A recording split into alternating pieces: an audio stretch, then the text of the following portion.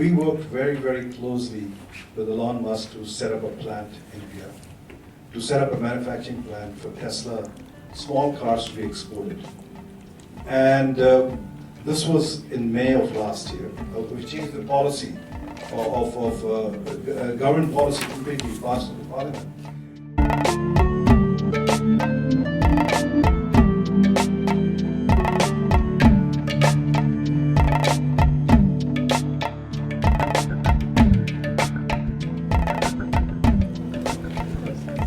Good afternoon, everyone.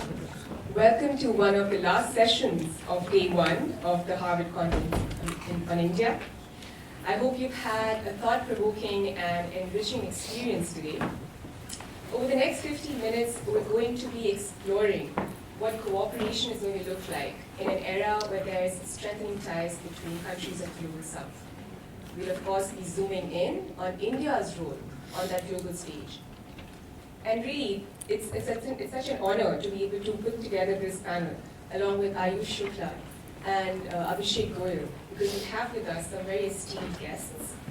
Joining us are Mr. Mukesh Aghi, President and CEO of the US-India Strategic Partnership Forum. We have with us Ambassador Rahul Chhabra, a former India diplomat who is also serving as an advisor to the UNDP program on South-South cooperation.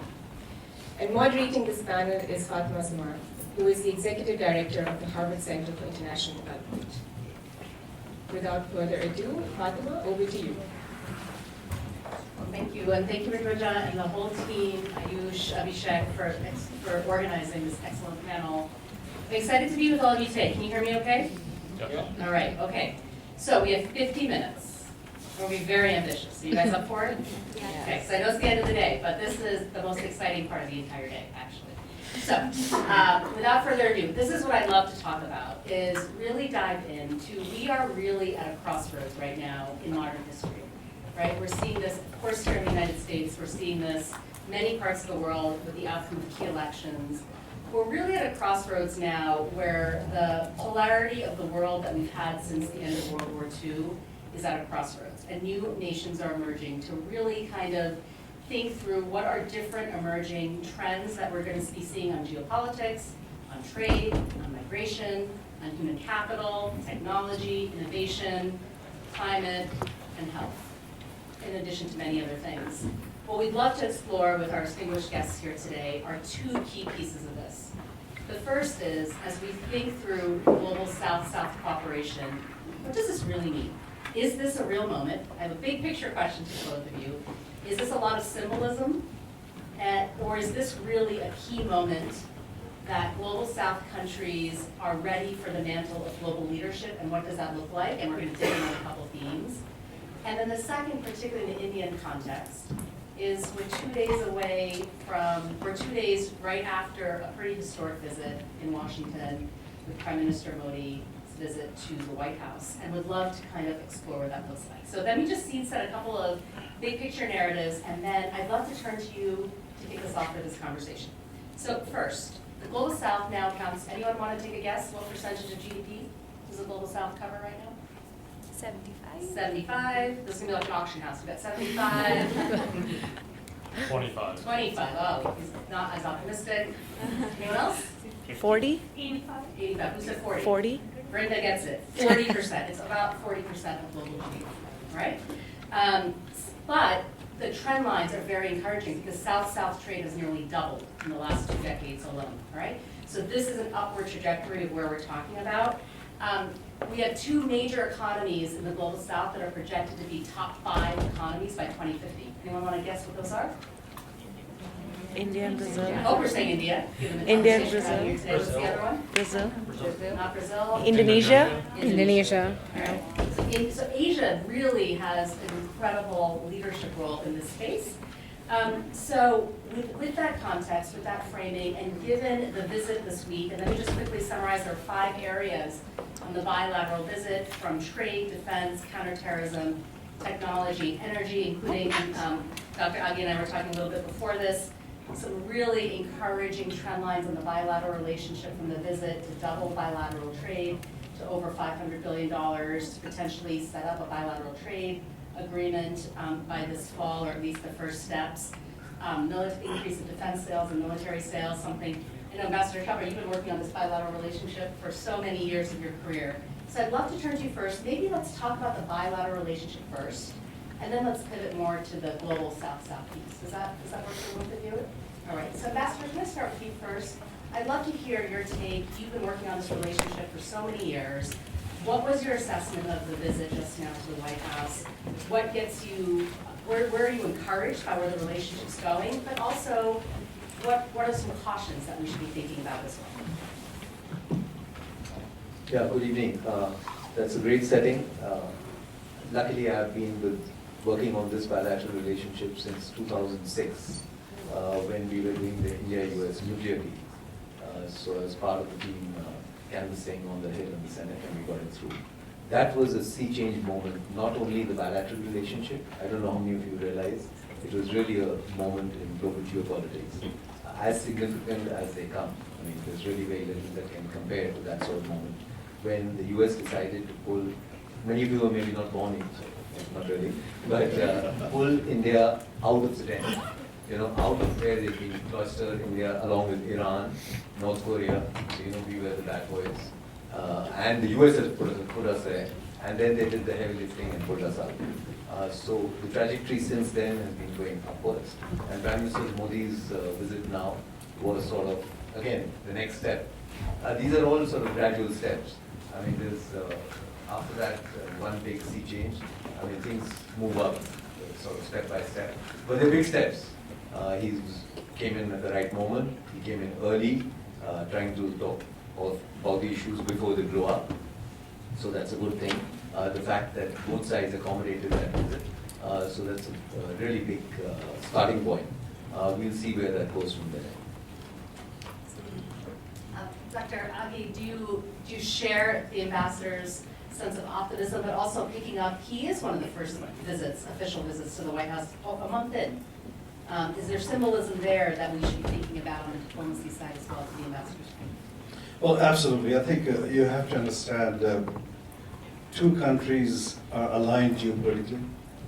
And basically, China is a big factor there. There's a trade which is around $200 billion, and they set up a target of around $500 billion by 2030. There is a basically almost 330,000 Indian students in the US. They contribute roughly around $12 billion into the local economy. But more important is the, if you look at 40% of the prescription drugs in the US come from India. And one of the discussion points, when we hosted the Prime Minister, was that how do you increase that so you can bring in much more savings to the US budget itself. But also there was a focus on space partnership. There was a focus on partnership on the AI side. There was a focus on partnership on quantum. And basically what we are seeing is the talent pool in India is building substantial amount of IP for US companies. We have roughly around 1,700 global capability centers in India. 60% belong to US companies. And they're generating tremendous amount of IP. I'll give you one example, Qualcomm. 50% of the IP is generated in India. So the overall discussion was very much trying to see how we can build this relationship much, much stronger. There are no two other countries which have more joint military exercises than India and the US, in every aspect. So I think there was a sense of optimism. There was a sense of how do we deal with Russia. India has an open relationship with Russia. Energy security. India has a trade surplus with the US around $45 billion. How do you bring that down itself? And they're committed to buy more LNG. So I think overall the visit went well. There were some timelines and milestones set up. And President is going to be visiting India sometime in fall. And they're going to follow up on all those discussions they had. Okay, so I want to ask this from a slightly different lens though, because we're also following a lot of what's happening on the non-India side of foreign policy in the US right now. There's a huge conversation in the US right now about migration, immigration, both legal and illegal. We've also seen the headlines in the news about Indians being deported back to planes that India has been accepting and landing. I think the second plane is landed or about to land. Landed? Yeah. Are you worried, one of the, we've been working on this with bilateral relationships for many years. One of the hallmarks of the relationship has been to really think about the strength of our people-to-people ties and the positivity there.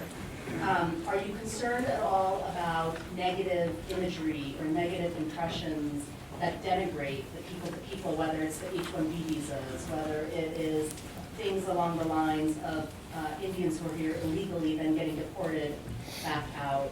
There's a lot of positive headlines from the visit. There are some underlying currents, though, that make people very, very nervous about the people-to-people piece. Did that come up or surface in any way, or how do you both think about that? If I may, Rahul, there was a discussion on both legal and illegal immigration. You have to understand we have roughly 5.5 million Indians in the US, which is roughly 1.5% of the population, but they're generating 6% of the GDP. So they're contributing substantially to the GDP. Now, as far as the illegals, roughly the last estimate I saw, we have around 700,000 illegal Indians in the US. And most of them came from both from the southern, but a lot from the Canadian border. And now, roughly around 90,000 have gone through the legal process, and they need to be shipped back. The government of India made it very clear to the US government, we will take them back. Now, there was a controversy because the first plane landed in Amritsar, and they were handcuffed and shackled. And the opposition was up in uproar in the parliament. You have to understand, under the US law, when you transport a criminal, they have to be basically handcuffed and shackled. So what we proposed to the government of India was send in your planes, and plane becomes Indian territory. So they will be handcuffed, but once they enter the plane, there will be completely no handcuffs, everything. So that was a solution that was for. Yes, you will keep on finding more and more planes coming in. The other factor is these are poor Indians who sell their assets, who are exploited by the criminals. And so the message also was, from India's side was, fine, let them come. Let people see that they are coming handcuffed and shackled, so at least others don't fall into the same trap. So it's important to remember that India has been taking these people back for the last 20, 30, 40 years, and not only from the US. We are deporting illegals like this from all over the world, wherever they are found and proven that they are Indian nationals. The problem becomes when you can't prove that he's Indian. From Punjab, where many of them are, they could be from across the border, and that could be a pretty serious issue. You could infiltrate half a dozen, or 20, a score of people, and you suddenly have those terrorists in your country. So unless you prove that these guys are actually Indian, and these guys don't want to be proved. They have destroyed their passports, they've destroyed all traces of identity, so they'd rather stay on here. So that's where the thing gets a little complicated. So the minute it's proven that they are Indian nationals, the government of India will take them back quite willingly. There's no problem in getting them back. And we've been doing it, and we will continue to do it. So that's the policy. Okay, so I'm going to use this to pivot to, because I want to keep the dignity of people actually centered on these conversations. And I say this as a former diplomat. It's very easy to get caught up in the headlines and the press releases of what nations are agreeing to. But there's also a dignity of how the relationship works, particularly as we think about leadership in the Global South. So I want to pivot more now to the Global South. We can come back to the bilateral for those of you interested in any of the Q&A, but let's talk a little bit more about India's role now in the Global South. I want to stick on this theme for a moment because what we've also seen in the last month, in addition to the visit, was some of the most shocking news for those in the development sector in the foreign aid community with the gutting of USAID. Now, the U.S. is the largest donor in the international system right now on foreign aid, both development aid and humanitarian aid. We have not seen, while this is happening, other countries, particularly in Europe, are also cutting back. We've seen that news from the Belgians, we've seen that from the British. Other European nations are also considering some pretty severe cutbacks. This is happening against the time when humanitarian crises are at all-time highs. Migration, illegal and legal migration, also at an all-time high in human history. Foreign aid budgets everywhere are shrinking. The Global South model has been different, though, when we think about development cooperation than what an American-led model or a European model has looked like. In India, certainly, if you look at the very expensive work India does in so many countries around the world to support development cooperation, economic cooperation, different models, what do you think this new, is there an opening here for countries like India and others in the Global South to step up and fill this void on a global scale? Is there an opening to do it differently than how the Bretton Woods institutions were set up post-World War II, the way the World Bank works today, USAID and others? Would love your thoughts about, with crisis always comes opportunity. Is there an opportunity for Global South leadership in this space? Firstly, the context, to continue, the size of the current India's, we call it development partnership.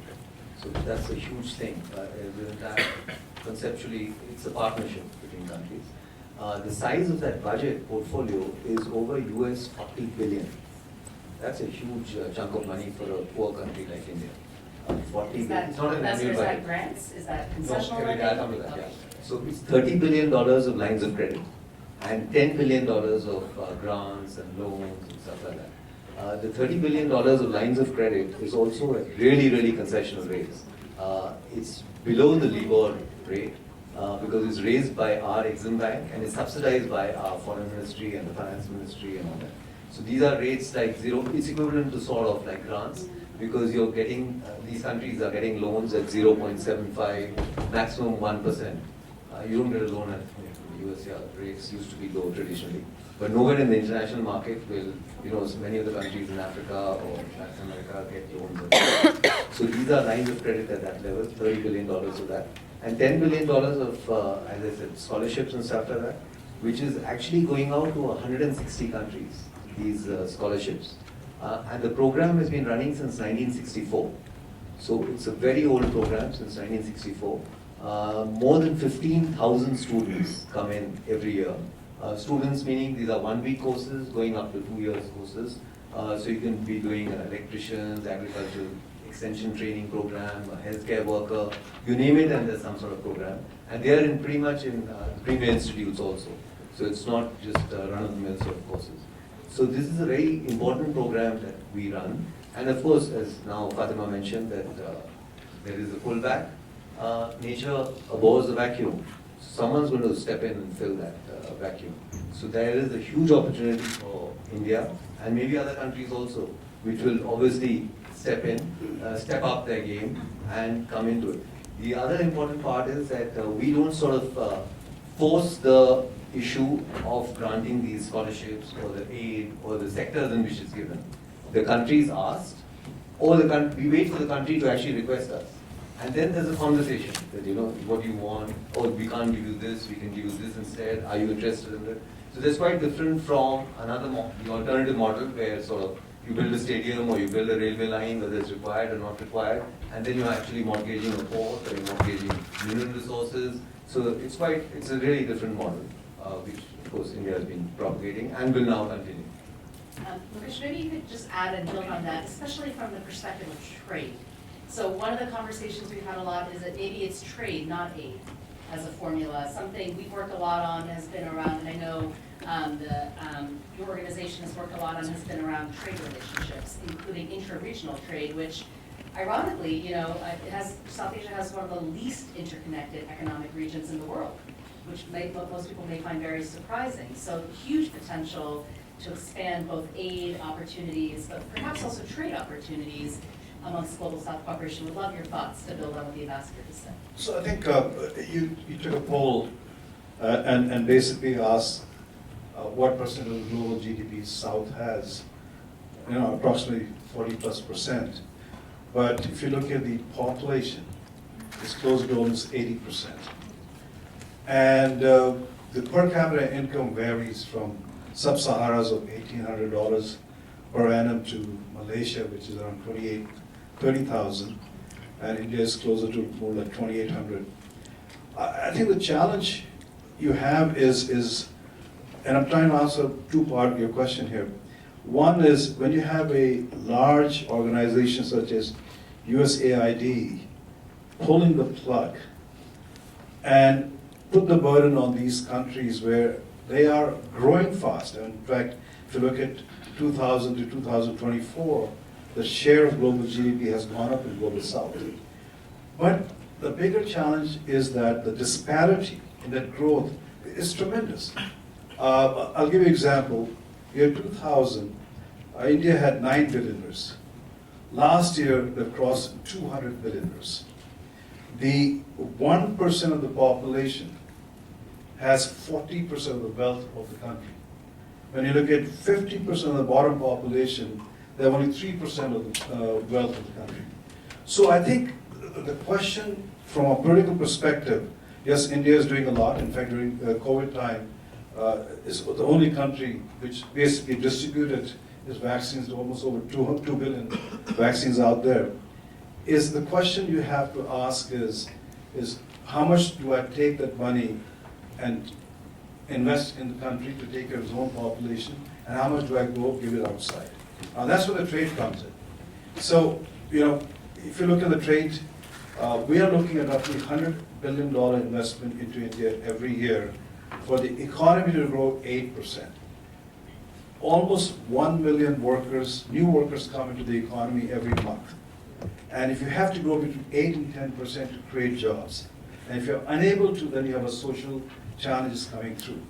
So in the discussion just now, which took place between President Trump and Prime Minister Modi, we focused a lot on IMAC.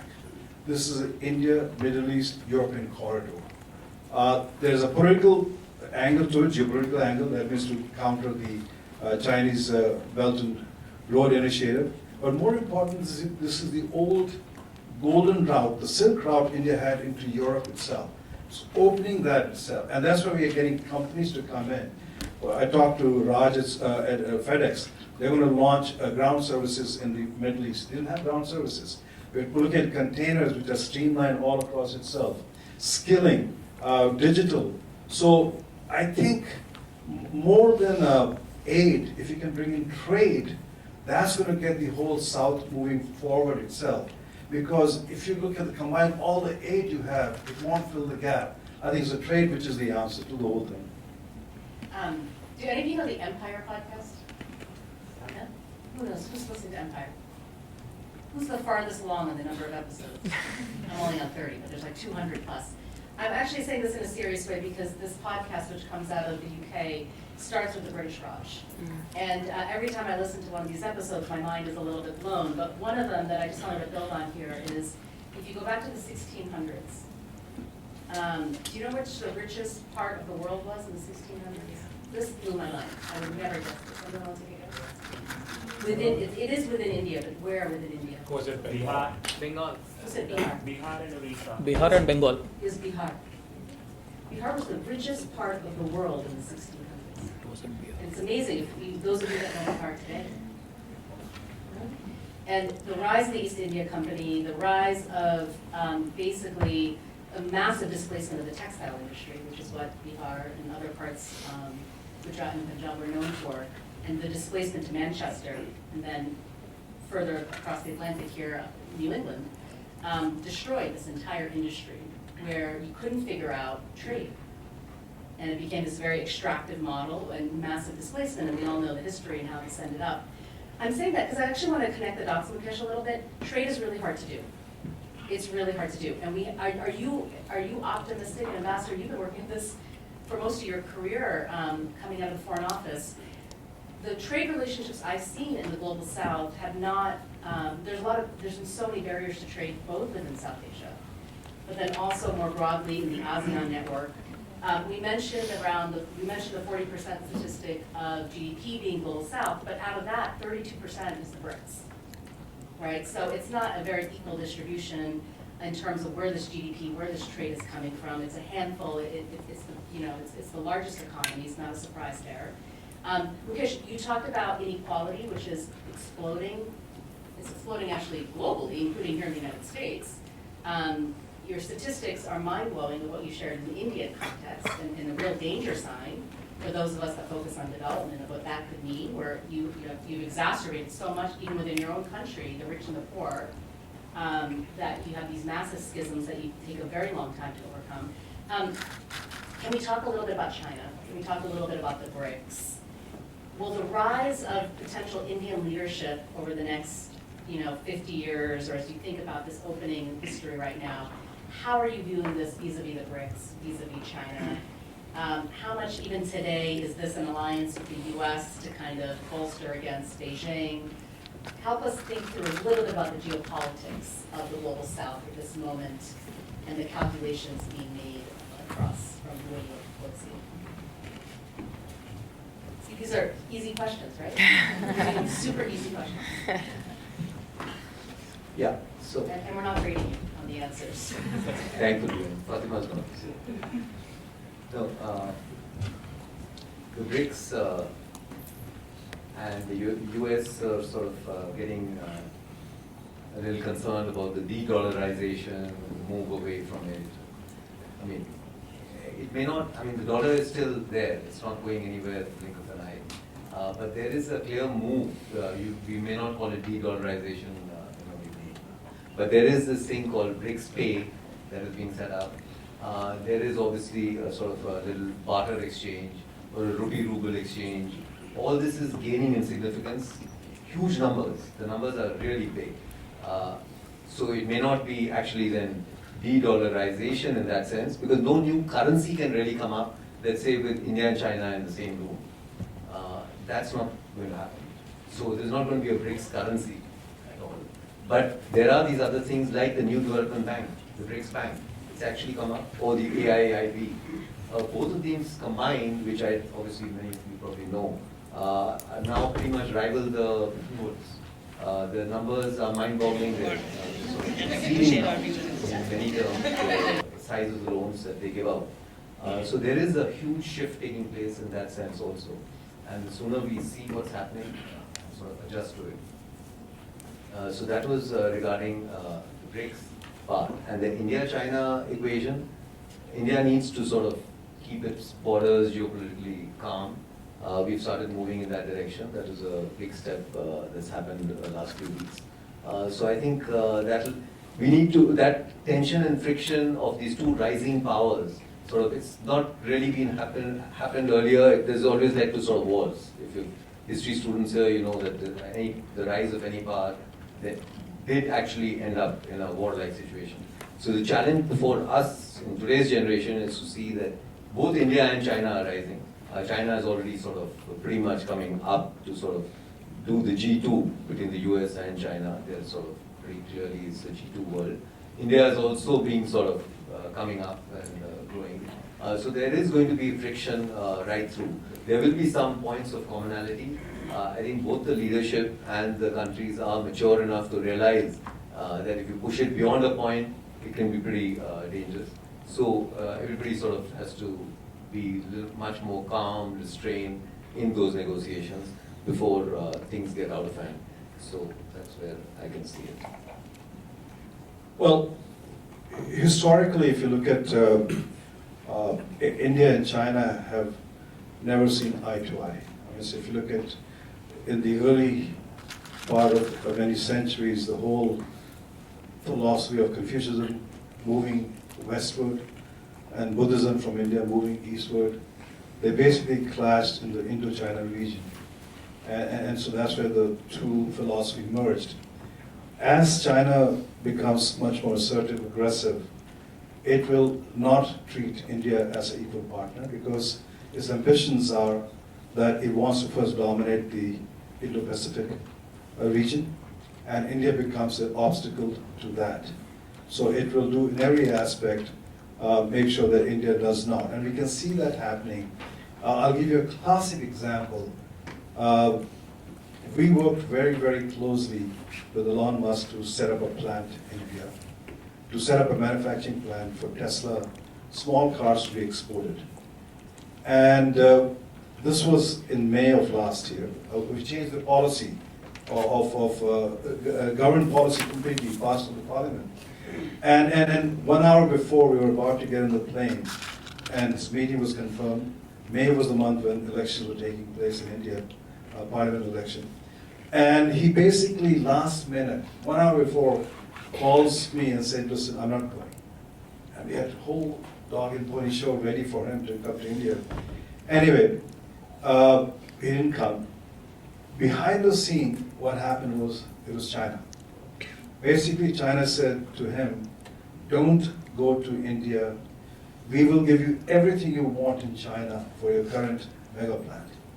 And then to a step further, they said, if you come to China a week later and meet with the premier, we will give you extra goodies just to show up. So the whole objective was not only just to basically ensure he does not set up a plant in India, but also embarrass the prime minister by saying, hey, I was busy, I couldn't make it to India, but I can make it to China. So basically China, today also, what's happening is this, as China Plus One strategy is picking up, as US companies are de-risking the supply chain, moving to India, a lot of capital equipment is being stocked by Chinese coming to India itself. So I think let's not basically, and we can see that in BRICS also. BRICS today, the politics is based, and India and Brazil are marginalized in the BRICS. The Chinese have brought in all the others who are basically leveraging Russia to basically counter the United States and the West itself. So the challenge between India and China has moved to the BRICS arena. From BRICS arena, they're leveraging to counter the West domination. So I think this is not going to go away very soon. It's going to continue. What India needs to do is just basically buy time for next 20 years to let its economy grow 8-9%, and for that it needs capital. And that capital is going to come from the US itself.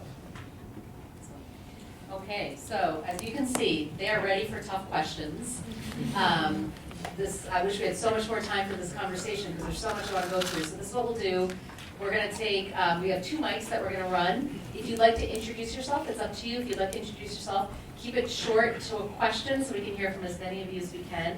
I'll just take 2 at a time if we can answer quickly, and we'll try to get through as many as possible. Does that work? So let's take one from this side and this side with gender balance. Thank you very much. All right.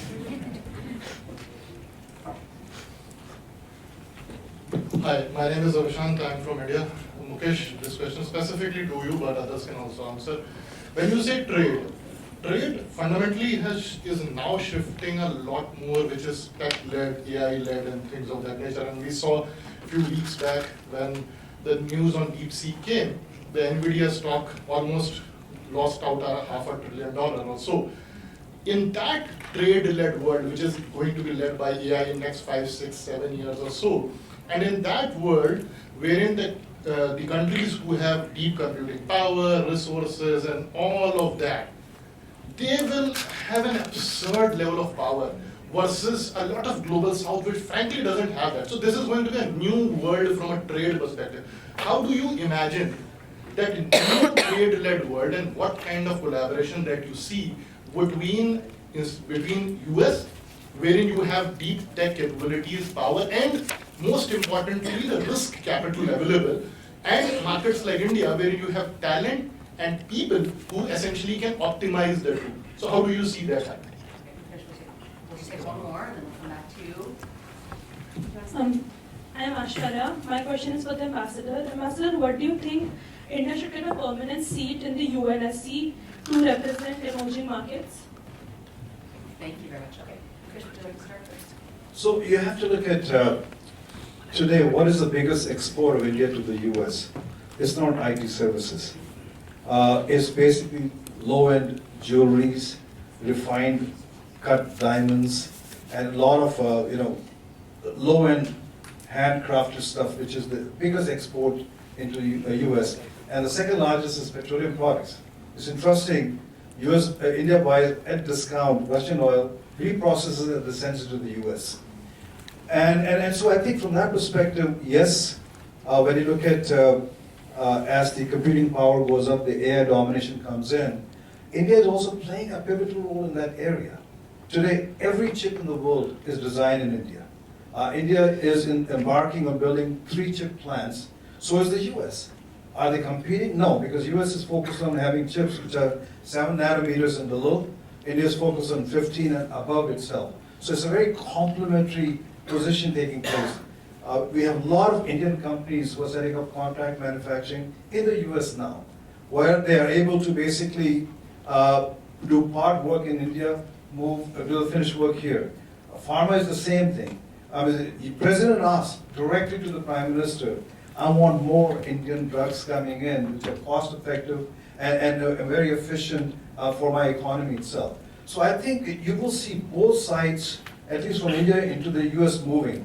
As to South-South trade, I see more of a pharma export, the other aspect moving from India, because I think that's what these countries can afford to pay. So you'll see a full plethora of products moving in, both from high-end to the low-end into these geographies.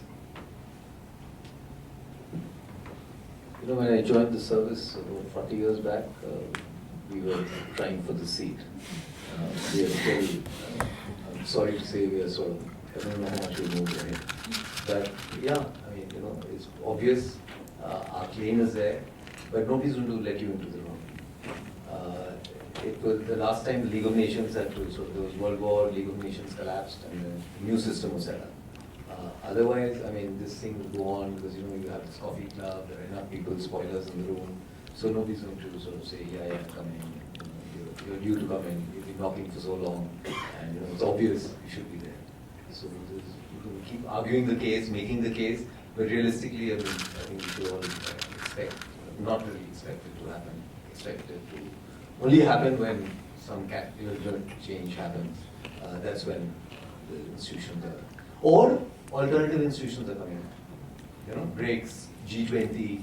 So these are sort of gaining in importance, significance. So more decisions of these guys are now being sort of looked at, whereas that is sort of being more marginalized and sidelined, at which it's no longer relevant whether you're there or not, because, you know, there are these parallel institutions that are coming up to accommodate. I just wanted to say, I love talking to former ambassadors, and I'll tell you what, for many reasons, but my favorite reason is because you go off script from the talking points, and you just say it. And it's such a relief, not just to say, it's a relief to hear actually too, as we're trying to process that information. So I really appreciate your response. Okay, we've got lots of hands. Hi, thank you so much to the panel for a very interesting session. My name's Arman. I'm a MA in Law and Diplomacy candidate at the Fletcher School of Law and Diplomacy. My question goes back to the India-US bilateral relationship. And thank you so much, ma'am, for saying that we need to bring the dignity of people to the center of the conversation, because that's what basically anchors my question. On the question of illegal immigrants being shackled when they returned to India, I think one thing that a lot of the press coverage missed out was that it was not journalistic reportage that revealed that they were shackled. It was the American Border Patrol, the chief of the American Border Patrol, who posted it on social media saying, if you're illegal, then you will be deported. So there was a clear message entailed therein, in that video clip, because it was an official Border Patrol chief who was posting it. So my question to you, to anyone who wants to answer it, is, do we need to be concerned about that sort of messaging, especially given how, as all of you have pointed out, where the India-US bilateral relationship stands and how it's been burgeoning? Is that something to worry about, that sort of message? Thank you. Let's take one more. Well, let's do gender balance. I saw hands over here. We have to say those things out loud. That doesn't happen with these guys, so, yeah. Go for it. Thank you.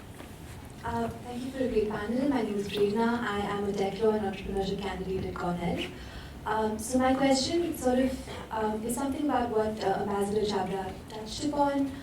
We understand the importance between India and US relationships, but given the ongoing issues with the tariffs President Trump is threatening, how does the Global South, especially through the BRICS, hope to collaborate and sort of strengthen their ties, just in terms of moving away from dollar or whatever it might be, but how would you see us balancing India, balancing their ties with the US, but also be the leader for the Global South? Let's start there. So illegal immigration, yeah, shackled, but it's illegal. These guys have come illegally. So we aren't exactly sort of encouraging them to go out. But until now, frankly, I mean, wink wink, or these guys are going sort of, it wasn't so tightly patrolled our own border. I mean, they shouldn't have even left our shores like this, the way they were going. When the guy boards a flight, he doesn't have a passport, he doesn't have a visa, he's paid off some guy at the airport. Remember that? So he's breaking the law starting right here. And it's these agents, and these are they're really poor people. I mean, so some of them used, it was a different world, you made a good life, but many of them didn't. And so is that really a model that we want to sort of perpetuate and let them keep going out? I mean, there are enough legal routes now, just to also tell you. I mean, even with the Indian government is negotiating what's called a migration mobility agreement. We've signed it with a lot of countries. Nordics, Japan, down to Taiwan, Korea. All these countries are facing huge declines of population. They don't have people to, carpenters, masons, tile layers, bricklayers, healthcare professionals, there's nobody there. So they are ready to take you. So you go legally, you go with proper paperwork, you get your salary. The illegal route is really agents' commission. I mean, it's illegal. That's why it's called illegal. So in that sense, I think yeah, you can be sympathetic towards them. But as Mukesh just mentioned, I mean, if you are a criminal, then you will be. The illegality is not just because you came in illegally, you became a criminal. You go there and do a criminal act, and then you become a criminal, and then they are criminals, and that's why they were shackled. Because they are now dangerous guys. They probably did something really bad. I mean, bad from different, yeah. So in that sense, I don't know if that sort of helps respond. I think he's not convinced, but we'll have to have a conversation more drinks in the evening later. Yeah, we'll do that. So unless you want to add something to that. Yeah, I think you have to understand the video release was mainly for President Trump and his base, just to appease them. That was the main objective there. You have to understand, Obama shipped 3.5 million illegals, the largest of any president itself. So I think from that perspective, he did it differently. The sense is not videos being released and all this stuff. In regards to the tariff part, I think India average tariff is around 13% as compared to US, which is below 3%. Its tariff on agriculture is over 100%, and US is around 40%. So I think we'll have to look into that and get it marginalized so they can compete in every aspect. Because see, what happens is if US puts tariff on Indian goods coming in, they become expensive for the local consumer. And then it has other impact, inflation and other aspect. So I think India is quite serious about lowering the tariff, and it is good for Indian industry also, because you cannot keep on protecting the local industry. If we want to be a dominant economy, that they need to learn how to compete globally itself. Classic example is banks. We let international banks come into India, and the local banks raise their standard itself. I ran IBM India for many years. That's what brought TCS and Infosys and others to basically raise their benchmark. So I think it's time we basically lower the tariffs, let them compete, and succeed from there. And the other aspect of your US and India being a leader of the Global South, I think the US is quite sort of, in a sense, happy to see India be a leader in the Global South just because of democratic values. So they'd rather have somebody like India being a leader and sort of, with the general overall democratic background than someone else sort of take over that leadership mantle, so to speak. It's an unsaid, so unstated. So. Let's do one more round before we have to close the panel. You guys pick. Honorable Ambassador Dr. Agi, thank you for the insights. My name is Bhovish Mehta. I invest in startups in the US with a vertical of cross-border founders as well from India. My question is straightforward, like which two sectors are you seeing where there'll be more international cooperation between US and India? If you can expand on why specifically those. Sure. Okay, hold on one moment, we'll just take the last question. Sorry. She's lost her voice, so we discussed what question she was going to ask. Given that India is now taking on a leadership role globally, we're also inheriting a global climate crisis. And we've talked about how energy plays a massive role in relationships with countries across the world. What role can India play in leading relations based on more renewable energy, especially seeing that we've seen growth of the solar industry in India over the last decade? Good allyship. Well, let me, because we're working on this quite a bit. India is the only country which is still on track on its commitment on the Paris Accord. Basically, zero emission by 2070, and then 50% reduction by 2030 itself. And it is on the track. If you look at on the solar, it is moving aggressively, almost 500 megawatts. And then on the wind side, one of the point of discussion was India setting up more nuclear plants. And we have a liability law which is going to get changed. So you will have, especially SMRs, small modular reactors coming in. And US wants aggressively to put those in India. So you'll see a momentum coming in that area itself. But India has other issues beside energy. I mean, say, the environment issues are big. I mean, so you look at Delhi, on the average, last week I was there, 400 AQI. And it gets worse. The water is a big issue. And because of that, what we're seeing is the rise, and also pesticides, the rise of cancer in India is up by 1% every year. And it is a combination of all these three things which are impacting it, and more chemicals are coming in. So I think India is very keen to move more and more into, because it imports 86% of its energy. And energy security is very critical. And it is using coal quite a bit, and it wants to reduce that. So I think you'll see a massive effort coming in that area. Now on the trend where the investments we are seeing is basically, what we're seeing is US companies are coming in and leveraging the talent itself. So India will become one of the largest data centers market in the world itself. That's going to require a lot of water, a lot of energy. And that's where SMR comes in. So almost every company I talk to, they want to set up a data center in India. The other aspect we are seeing is more on the healthcare side. You have a population where median age is 29 at the moment, but it's going to grow old. And it's going to need very affordable and scalable healthcare solutions itself. And we're seeing that more and more investment are coming in. Every company I talk to in the healthcare, they want to set up R&D, global capability centers, but also bring in solutions into India from that perspective. Yeah, the global capability centers was mentioned, 1,700 and going up to 2,000 in the next 2-3 years. But I mean, it's really, I don't know if you understand the importance and the import of this. Is really people like in Holland reporting into Bangalore, asking for instructions. So it's really sort of the brain, the think tank. So it's no longer the IT and just the back office, really the sort of routine coding work that's being done. When you talk of global capability center, it's much beyond even designing and R&D and all that.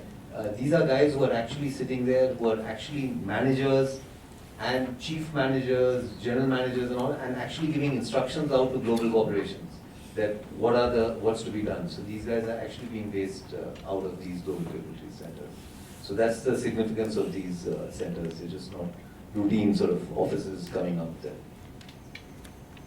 Well, I just wanted to say, we're in a room right now full of the next generation of talent that I hope can take the vision that you've both put out there and help execute. And look, there are many, many pitfalls as we think through where we could be heading here, both in India, the Global South, the global frameworks, but there's a lot of opportunities. And I hope what you've heard today in this conversation through this panel, but also the conference today and then tomorrow, are the incredible opportunities of how we shape this, how do we do this right, how do we do it with dignity, how do we do it in ways that add economic value, public health value, development value for the people we really care about in the system. So I just want to say, I wish we had a couple more hours because it is a wealth of knowledge to sit and talk to the both of you. I want to also honor both of you have led an incredible life of service to the bilateral relationship in helping us move this forward your entire lives, actually.